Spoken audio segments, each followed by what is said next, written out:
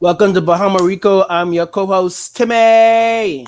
Damn, you're so serious today, Timmy. Like, yeah, your voice is lower than normal. Like, Sorry, maybe I'm too far from the mic, but I'm quite excited for this episode. Actually, I've been thinking quite this all week. excited. And I'm Brian Fonseca, as Timmy likes to emphasize. We are the Bahamarican Boys. Welcome to Bahamarico. Joining us today is lead Miami Heat writer for the The Five real, Reasons Sports the real Network, boy wonder. Don't mind Tyler Hero. This is the real boy wonder.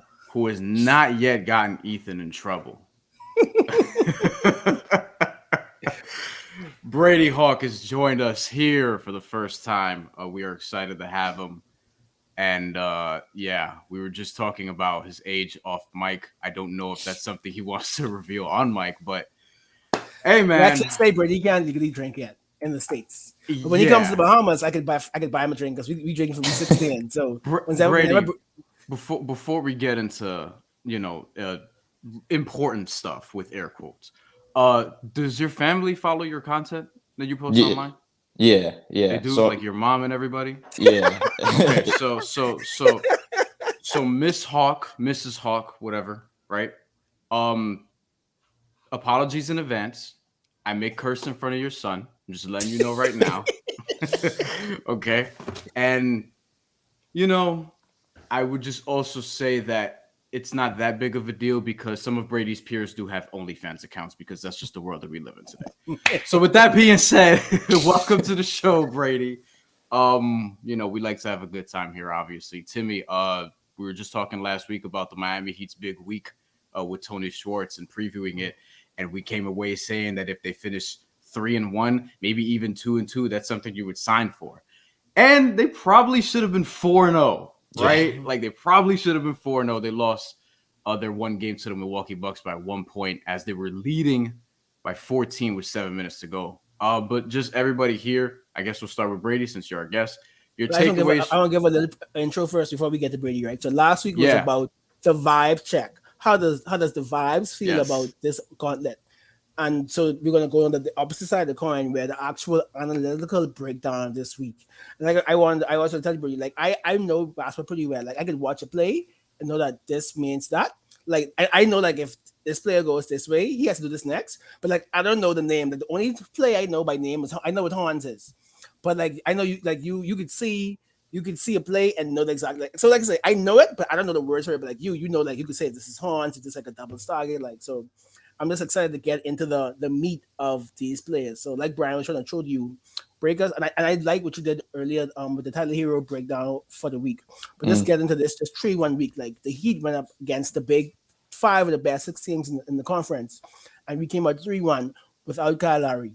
Like, come on, like what is going on with this team? yeah. I think the big thing with this week, well, first of all, they were one Tyler Hero turnover away from being 4-0, which is kind of crazy against this gauntlet of teams that we were discussing.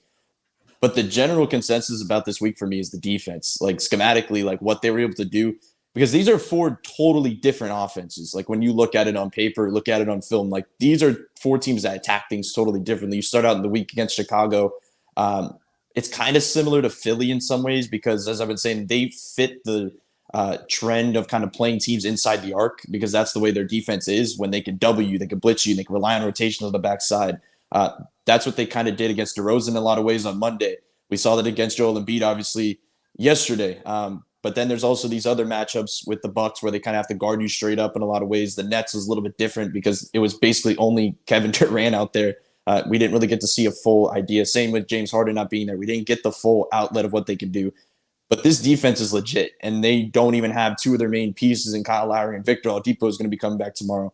That I feel like that's just the scariest part to me is when I'm watching what they can do to these teams defensively, when they can hold a Philadelphia team to 14 points in the first quarter, I think 83 points in the whole game. Like that stuff's just so impressive because these are high level offenses that they're able to stop. And I think this is a pretty promising week for their defense, just the challenge that they were able to see. But when we're talking about specifics, I think it was a big week for their two young guys, their two young stars in a lot of ways in Tyler Hero and Bam Adebayo. yeah, and I want to stay there because I feel like Tyler answered a lot of questions this week that people may Mm-hmm. have had in terms of just not even just this week, but how he's come back from his knee injury. Yeah. Ever since then, he's been on the tear. and his over-unders, you're constantly seeing them. If you're a better, they're starting to creep up a little bit, and it's starting to get a little bit more difficult to get that value there, which I find interesting. But Tyler Hero, and answering the questions that he has, like, what is it that you've seen from him that's most different from now, from, where he was showing you where he was in October, let's say? Yes. I think we always talk about the 3-level scoring thing, and we know that he has the mid-range pull-up. Like, that's probably his most intriguing aspect of his game. We know he has the 3-ball, but the first level is something that I've seen this past 2 weeks, specifically this week in this stretch of games, that is impressed. Like, the floater specifically is pick and roll control. You're seeing him manipulate second defenders. You're seeing him manipulate his own defender, where he's creating these 2-on-1s. He's not just sprinting to the rim. Like, he's waiting for his defender, getting contact with him, bouncing forward, and then bursting forward.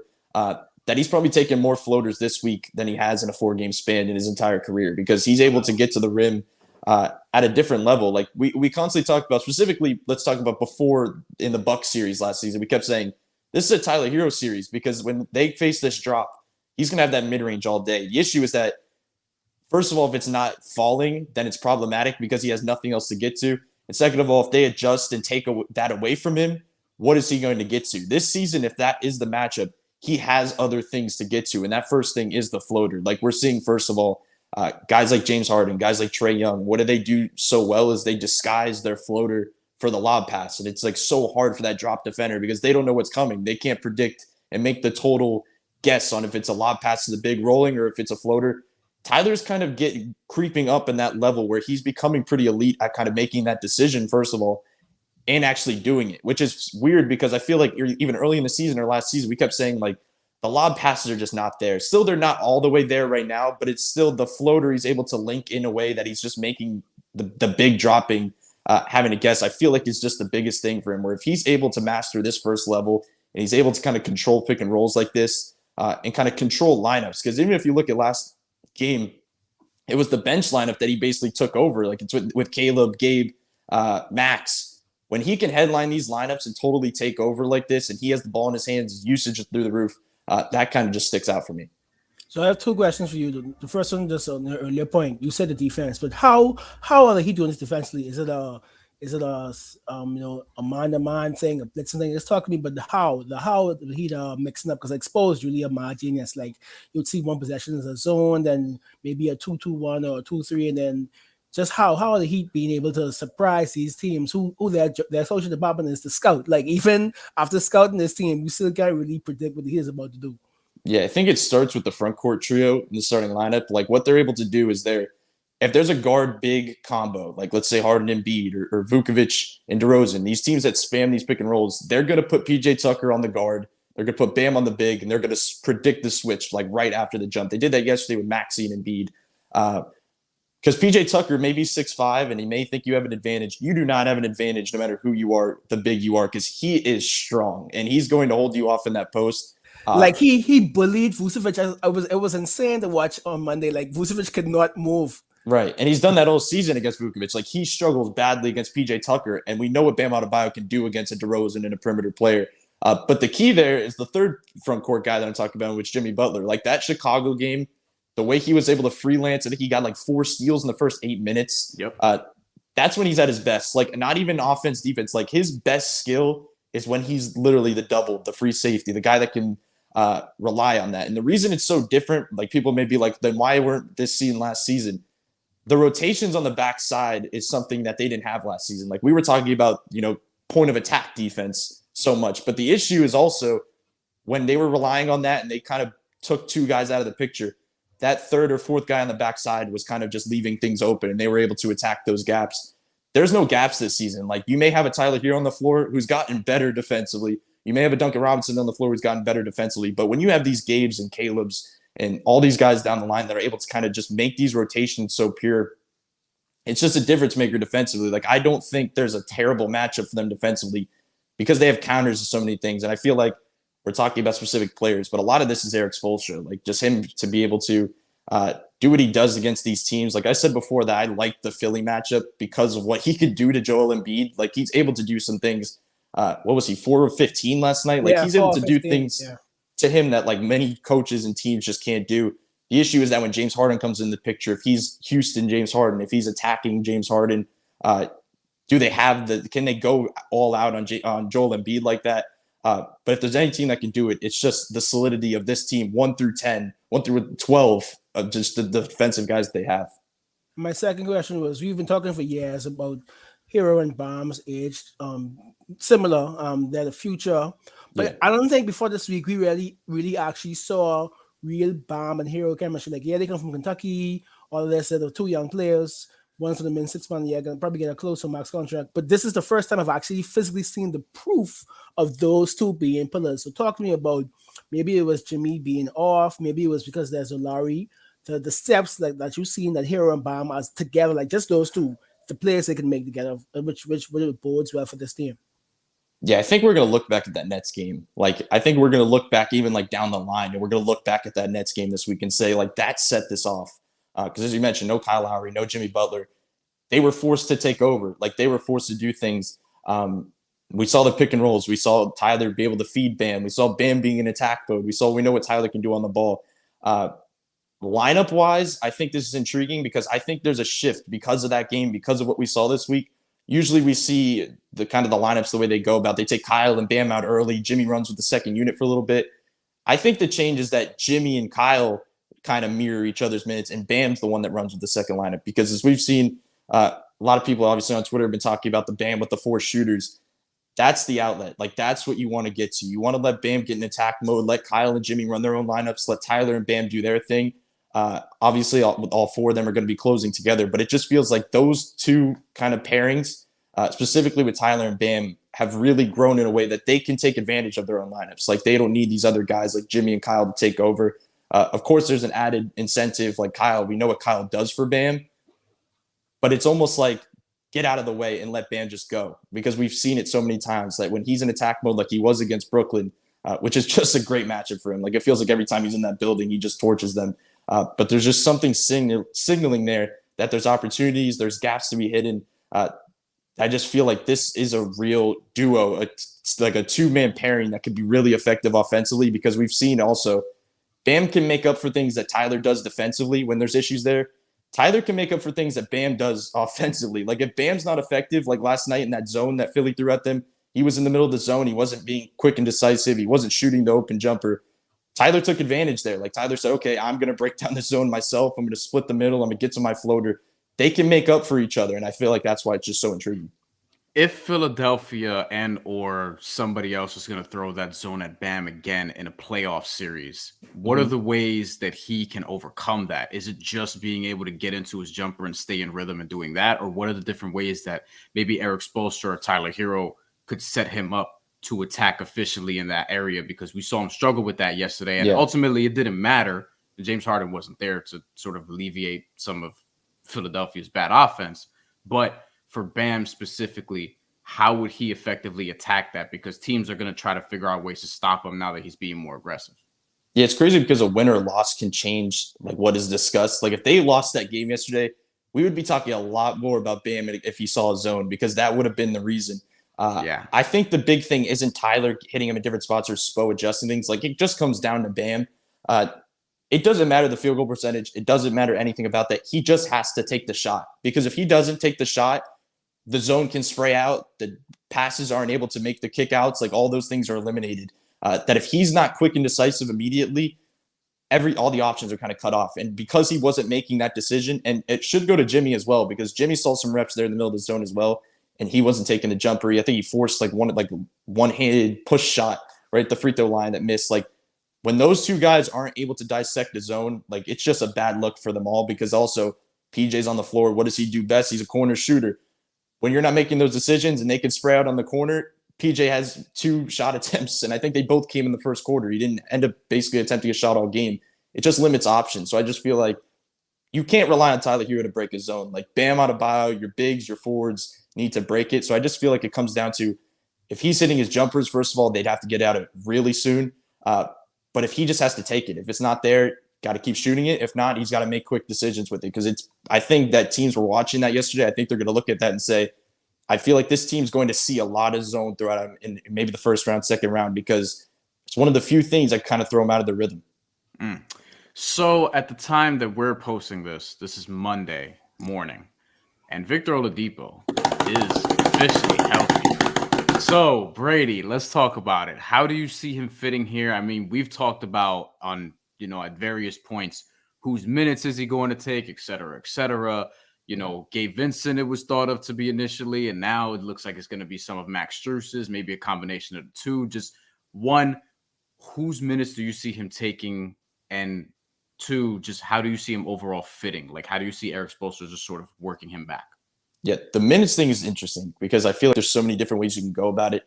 I think if you look at the minutes yesterday, plug Victor Oladipo into Max Strus's role in a lot of ways. If you look at, I think Duncan ended up with 15 minutes played, and Strus was around like 20, but 17, and then Schultz is at about 20, 27. yeah. Yeah. That's Victor Oladipo. Like, he's going to play. Duncan's the starter. Victor Oladipo is probably going to maybe even double Duncan's minutes, and Duncan's going to play maybe first 7 minutes of each quarter, first and third, plug in a couple times in the second. But other than that, it just feels like that's going to be his role, because what you're seeing what Gabe's doing and what Caleb's doing, like, you just can't replace these guys. Like, I think there's an element of, is Victor Oladipo, I'd expect he would be, but will he be at the level of Gabe and Caleb with the way they've been playing? Because they've been playing at an extremely high level defensively. I don't know if he has the quickness defensively that he had before, so it's questions. I think they all need to play together. If we talk about the bench lineup that keeps sparking wins of Gabe, Tyler, it was Max, Caleb, and they plug Bam in there, that lineup has been absolutely insane on both ends, and that sparked so many things for the team. If you plug Victor Oladipo into that Max Strus role, that is a lot of defense. That's, I think, enough offense to go around if Victor Oladipo is kind of enough of a creator, at least a catch and shoot guy. That's just intriguing. Like, that feels like the way they're go. They've been hedging toward kind of eliminating shooters and just going for the two sides of the ball, guys that could shoot it enough, like Caleb and Gabe, that I think that's the way they're going to have to go anyway. But the expectation is a few things. I think the main thing is he doesn't have to do a lot. Like, I feel like everybody's thinking he has to come in and be this guy. Like, he's going to be a role player. Like, that's what he is. He's going to be slotted next to Tyler Hero. I just think he has to provide enough rim pressure, because I feel like that's maybe one of the issues on this team. I think Tyler's elevation over this last week has kind of put that to the side in a lot of ways. If Victor can get to the rim, I think four games in Miami, I think he had around like 5 free throw attempts in at least 3 of those games. Like, he's able to get to the line, if he's able to put pressure on the rim, his catch and shoot attempts always rise after he comes back from injury, obviously, because it's not enough, like the same amount of movement. If maybe he's shooting at that same level, I don't think he was in those 4 games when he came to Miami. Yeah, it was like 35%. That was really bad. Yeah, but I just feel like maybe that won't matter with the shooting he has around him if he just provides enough rim pressure. And I think the biggest thing, and we talk about minutes, if he's going to get up to 27, 28, if he's going to get to that level, which won't be right away, like, they're going to work him in slowly. But defense is going to keep him on the floor. Like, that's where it comes down to me. Like, I just want to see that Victor Oladipo play defense on Monday. I want to see how quick he looks. I think the thing about him is he doesn't rely on a lot of quickness. Like, he's just a really sound defender that he knows how to swipe. Like, that's always been his thing. Like, that's when he's always just not been a gambler in a lot of ways. Like, he's just been solid, that I think it will be okay. But I just kind of want to see the lateral quickness. I want to see the burst. I want to see what he provides there. That I think he's had enough time. This time it's been repaired the right way, that I think it should be okay. But that's going to be my focus. I think if we were to say, let's build in a lab, the perfect guy to put next to Tyler Hero off the bench, that's Victor Oladipo. Like, a guy that defends, a guy that can attack off the dribble, doesn't need a ton of shooting next to him, just needs enough there. Like, that's what Tyler Hero needs, and that's what he's going to get starting Monday. So, and that's my fear, because, okay, you bring Larry back. So your bench is now Gabe, Depot, Hero, Caleb, the tallest guy being 6'5". So you're 4, like, but those 4 are very good. We need Gabe, we need Hero, you need Caleb, and we're putting in Depot. So that's 4 guys on the 6'5", and that's a 9-man rotation. You don't want to abandon Dedmon because Bam needs a break. You don't want Tucker playing too much 5. So how can we realistically get to an 8-9-man rotation in the playoffs? Like, who loses out of? And we know it's Duncan to the extent, but I just don't see how we could balance Gabe, Hero, Depot, Caleb, and Dedmon off the bench. Let me hear how you think it could go. Yeah, I think first of all, the rest of the regular season, I'd expect the 10-man rotation. Probably Max is the one, obviously, that gets cut out there. I think the reason is that, first of all, Victor Oladipo, like I just said, is going to be ramping up, that they're going to need to go 10 in a lot of ways. That's just kind of have to be the way they go. Playoff-wise, It's going to be interesting because I feel like a lot of it has to do with matchup. I think Dwayne, you mentioned the 4 guys off the bench. Like Dwayne Dedmon's going to be in there. They need a backup big. They need a guy that can use fouls. They need a lot of that type of guy. There's specific matchups like Philly. They're going to need Dwayne Dedmon. Milwaukee. They're going to need Dwayne Dedmon. But there's some other matchups that makes me think they could potentially go small when they shrink the rotation. Like maybe a Chicago, they wouldn't feel bad about it. Tristan Thompson being added maybe change that a little bit. But obviously, Brooklyn, I think they can get away with it. There's some guys at the bottom of the teams at the bottom of the East that they can get away with it. So it's interesting. I think if we're saying the regular starting 5 is going to be, obviously a lock. Tyler Hero is 6. I think Victor Oladipo is going to get to the level to make it 7. The question becomes who's that 8th guy. I think most nights it would probably be Dedmon, but I think Caleb's right behind him. Like I know what Gabe has done. I know the things he provide, but I think Gabe Vincent's role is the spark guy. Like when we say there's an 8 or 9 man rotation, it doesn't mean it has to be the same 8 or 9 man rotation. And that's the thing. Like, and I'm not saying from game to game because that's obviously true. Like from half to half. Like if Duncan Robinson's off to start, I don't see a world where they don't insert Gabe in a second half to at least get the defensive side built in if there's the right matchup, or maybe another guy like Caleb. Like that seems very likely to me that I think we are not going to see the same rotation a lot of nights. Like it's going to be totally different. I think that's a good thing. I think you have fresh legs. You have different teams that need different things. Like Philadelphia may have to see Gabe Vincent because whatever it is about them, he fits their defense really well with the way he can plug in, hit certain gaps. I think against Chicago, they need Caleb a ton because what he did to DeMar, what he did to Zach LaVine, I think they need that length and those type of guys. But I still feel as much as Gabe has done offensively, I just feel like the length that Caleb provides and things he does defensively, the way he can step up at the end of games. Like I watch these games and every time I finish watching a game, I'm like, Caleb's a lock for the rotation. Like he just really is. The things he can do. There's just no holes in his game. He's just so solid in so many ways, and that's what fits the Heat. But the way I kind of come down at it is I think Victor's going to get to the level where he is a lock in the rotation. I think Caleb's at that level. I think they go 9 for a majority of the postseason until maybe if they get to the Eastern Conference Finals and need to shrink it. And Gabe is just the piece that sparks things, that he's going to be used a ton for a certain guy that's not having his night. And I think that's a perfect role for him because that's a guy that's been doing that basically his entire career. So let the record show that Brady does not agree with Ethan because Ethan feels like Gabe will not get cut. So I like to see that.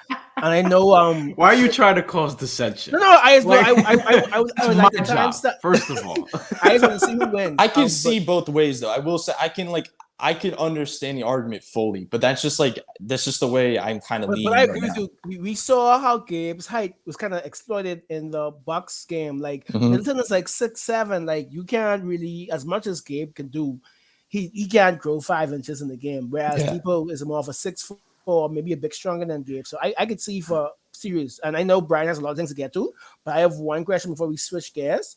Yeah. Everyone has been so terrified of the Celtics because of like number 1 and rating for the year. I wanted your opinion on what you might have seen about the Celtics. How do you feel like we match up against them? Because we haven't beat them yet for the year. We're 0-2. We're probably going to see them pretty soon. I like personally what they did with Derek White. Just added, and he's doing more than Dennis did. There's a chance that we might actually see them in the 4th seed in a second round matchup. How do you feel about the Celtics? Yeah, I think them seeing Boston in the second round is like very, very likely because I just have not bought in on Chicago. Like obviously the record shows that they cannot beat good teams, but I just think Boston's a really solid team. Like they have 2 top tier scorers who can put the ball in the basket in isolation within their offense. They have a bunch of defenders. I know Rob Williams has kind of elevated them in that way. Obviously, we know what Smart can do defensively. And Derek White was a great pickup. That I think if that's the 4-5 matchup, I may take Boston. Like I feel like that would be a great series. It'd be a fun series. That it could be likely if Miami ends up in the 1 seed, they see Boston. And that's an interesting matchup. Like I feel like we haven't talked about that matchup enough. We talked about these top tier teams. It's interesting to see what they can do because I talk a lot about the inside the arc teams that they can guard them. That's not really an inside the arc team. Like that's a perimeter heavy team that they have to try to do play against that they haven't seen a ton of this season. That's why they've had some issues there. There's these teams that they can't fully blitz because they have guys around them. They can make the passes too. Like I think of that game against Dallas with Luka where they were blitzing him. It worked to a certain point, but obviously when the guys around him are hitting shots and they have open shot after open shot, they end up beating Miami down the stretch because they have to put bodies on these good players.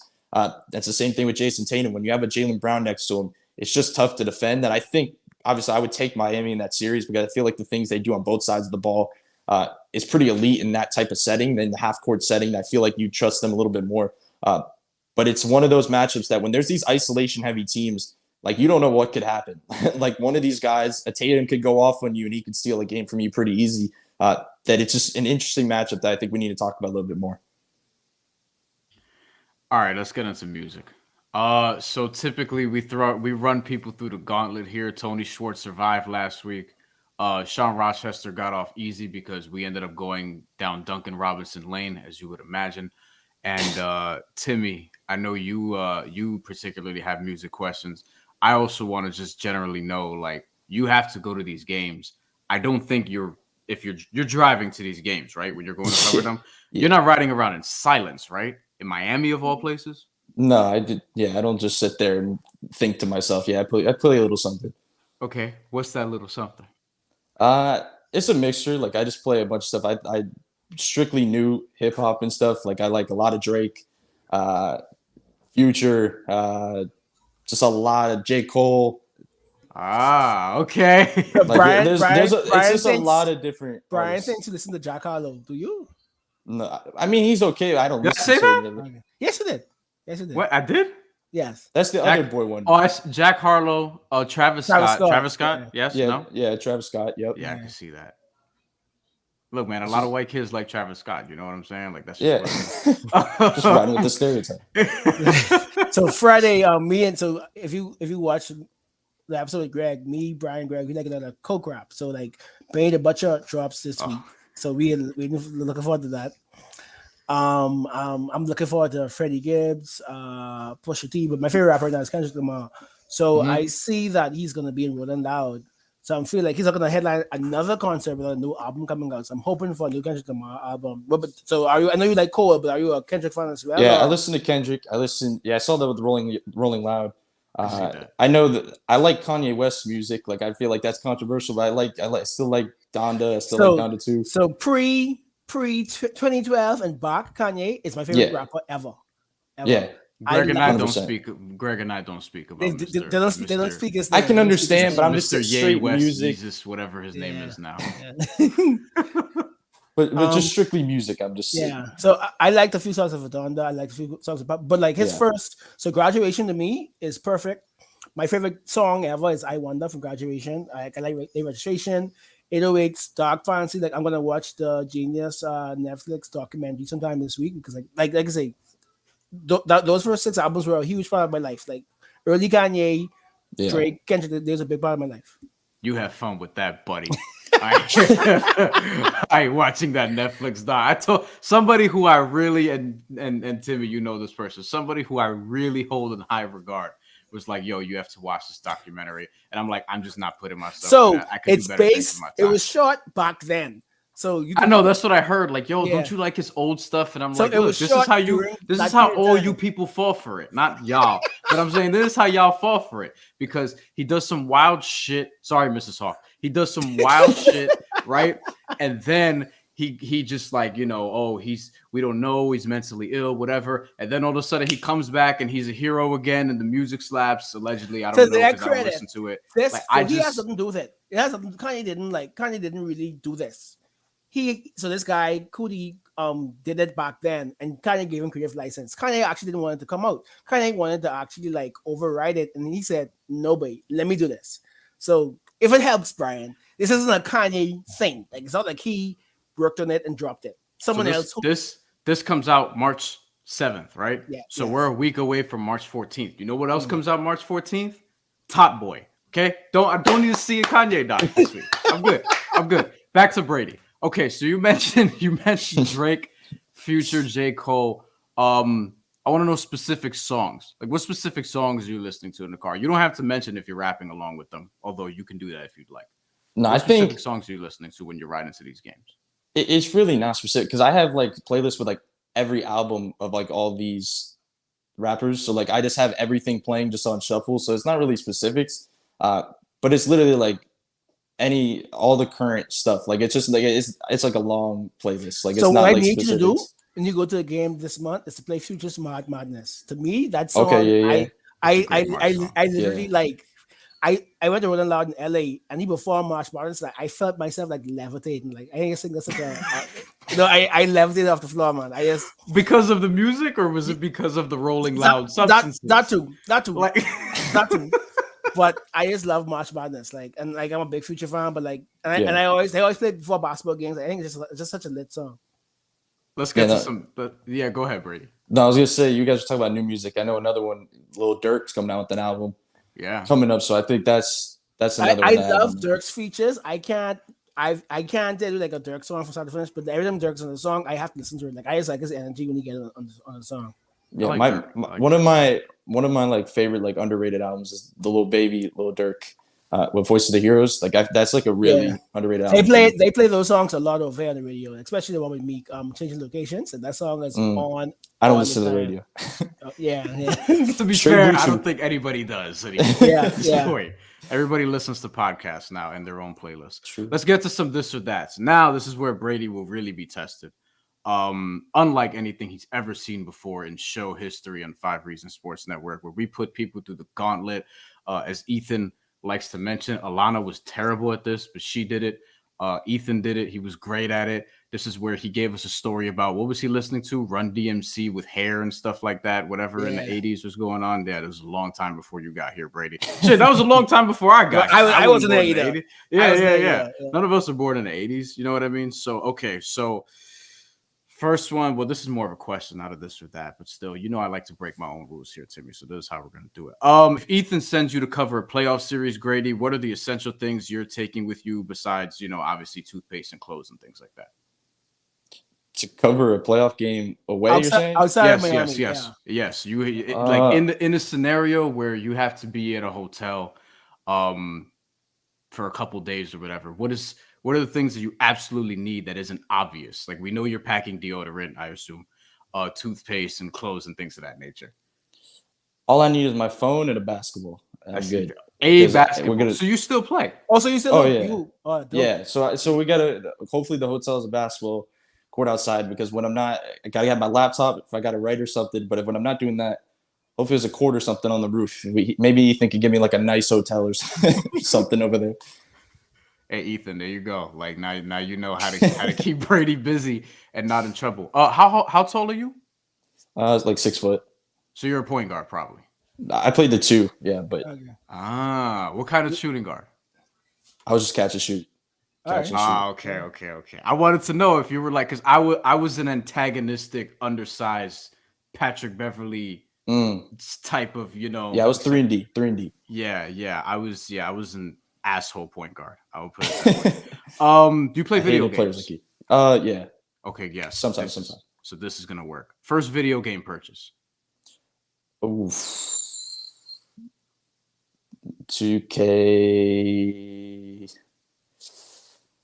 The only one, like 2K13, I would say, like is the one I remember because I just remember the cover. So like I would say 2K13 was like kind of the start. I don't play a lot of video games, so I just play the main stuff like 2K and Madden. But that's pretty much. Play Call of Duty or just sports? I have, but not a lot. Yeah, I have, but like I'm more of like a sport. 2K Madden. Don't. Oh yeah, no, I've been. Yeah. No, I've been in there. Yeah, you seem like a genuinely decent guy. Don't get into the Call of Duty universe, man. Like stay in the party chat. I grew up in those chat rooms, and it's not. Woo! Oh boy. 2K. Do you have a 2K Mount Rushmore? Are you one of these people that gets 2K every year? Yeah, I have. Okay, I would say like what was it? 2K16. I feel like is the top tier one. That's a Spike Lee one. That's a beautiful storyline. 2K16. Maybe I think it was 15. Like that little run of games. I feel like was the best 2Ks, and I feel like now it's just I play it here and there, but it's just not. It's not good anymore. Like it's just not. Like I played it. I played it to play the park. And it's just. That was when it was fun, I feel like. But, yeah, it's just not in anymore. To your point, yeah, I think the best run, I would even extend it. Because 11 was the Michael Jordan one that everybody remembers because he can't. Right. So, and 10 was Kobe. So, I think even that one. 10 up until like 17. 17 was Paul George on the cover. Team USA was in the game. And that was the last year they had EuroLeague teams, which I love. And if people who still have this game can go look, Luka Doncic is in the game and he has like a 50-something overall. He sucks. He's like 16, 17 years old. He is in the game, though. That was before he became like, Eurobasket all-league next to Goran Dragic, and then, who we all know today. But that's interesting. Timmy, do you have a 2K Mount Rushmore? What are your favorites? Really and truly, I only play like quick things. I don't do like my play and all that type of stuff. I just play. You don't make like a little Bahamian? I don't have that much time, Brian. I play 2K to escape reality. I don't have time to invest in that. So no, but I bought every 2K since maybe 10. And I used to play live. I used to play live 07, 08, 09. The Tony Parker live, I think it was just like 07. That was like a gold live. But yeah, I play 2K every year just for the updates. My last live was 07. That was Tracy McGrady. Then I converted to 2K the year Chris Paul was on the cover. What's the most annoying thing about 2K, Brady? As somebody who studies film, what's the most annoying thing about it? That you're like, this is bullshit. This can't happen. Come on. That nothing about the game is realistic. Like, it's not even a specific thing. Like, if you see like nothing, you just run back and forth like 20,000 times, and then all of a sudden you get open and pull it. Like, there's just nothing. 2K, Jimmy Butler is prime Jordan.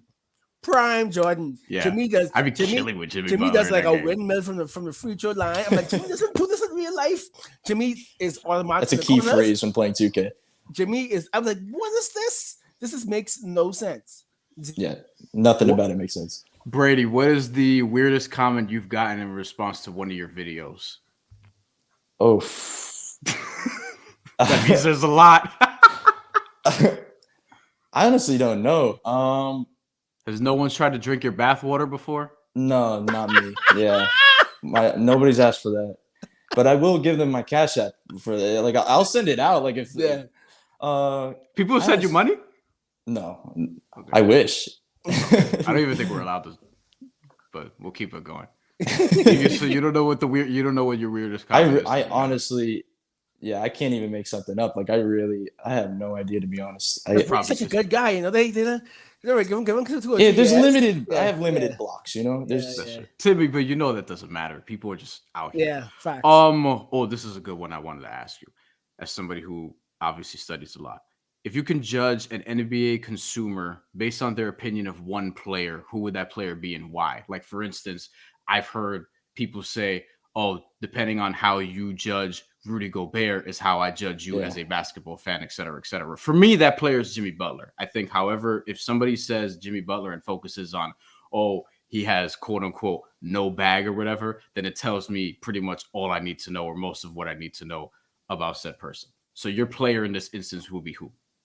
I don't want to just steal what you said, but I would say Rudy Gobert, because I just feel like the way defense is viewed is not blocks and steals. And I feel like we've seen Defense Player of the Year voters. I feel like look at the blocks and steals. Like, that's just what it is, which is crazy because I feel like Jimmy would be a lot higher on that realm if the steals was valued in that way. But if it was valued the way blocks are valued, and I know Hassan, maybe if we throw Hassan in there, which is weird that he's the backup big for Rudy. If I feel like that's the one, like, if you can tell, like, I feel like we know what Rudy can do, and obviously he's a good top tier defender because of the stuff he could do and get guys away from the rim. But I just value defense in such a different way, like more of impact, like the way, like, I know Nikias has said this a ton, is like when the ball goes in, it doesn't make a difference. Like, good defense isn't impacted by if the ball goes in or not. And I feel like that's something I picked up on a lot more, that the stuff guys like Bam do, Draymond, like, I like that type of defense more than an interior, just one-dimensional defender. Because if we view defense like we view offense, and when guys talk about, okay, this offensive player is one-dimensional, why don't we view that the same way as defense when a defender is one-dimensional? Like, that's kind of where I stand. So I feel like that would probably be the guy I would look at. That's probably what we're going to talk about the next time we have you up here. We'll talk about probably the end of season awards and who actually deserves it versus who actually will win it, the type of stuff. Last two. Has a girl ever tried to kick it to you by talking about Spain pick and rolls? Yes or no? No, but if you want to talk about Spain pick and rolls, we can. We can chat. Talk about some double drives. Have you ever tried to kick it to a girl talking about Spain pick and rolls? No, I actually hope the girl doesn't know anything about basketball, because I'd want to, like, not talk about basketball. I feel like I talk about basketball enough to everybody else I talk to. Yeah. I don't want to talk about basketball. I don't want to talk about spade pick and rolls. So you've never seen like a girl on the varsity team, and you've been kind of like, like maybe, but no, you'd Maybe rather if like. she actually hoops, yeah, but like, nah, not really. Because then we could hoop together. Yeah, that's some real love in basketball Love and stuff. You know? basketball, yeah, Exactly. Timmy, you beat me to it. If So that's a movie, have you seen that movie? Because you said you don't watch a lot of Yeah, stuff. no, I have seen them. okay, Okay, so that's you're a real hoop head. So sorry, we gotta go. Oh, speaking of hoops, though, they're doing a remake of White Man Can't Jump with Jack Harlow. I don't know how I feel because I know exactly right. I don't know how I feel because that movie's a classic. You know, Wesley and I Woody want Harrelson. Tyler Hero to make a cameo, and I think it could realistically happen. That's He what would I have want. fit the bill of the Jack Harlow role. Yeah, He'll probably be the stunt double. yeah, probably. Honestly, like except Tyler Hero can jump.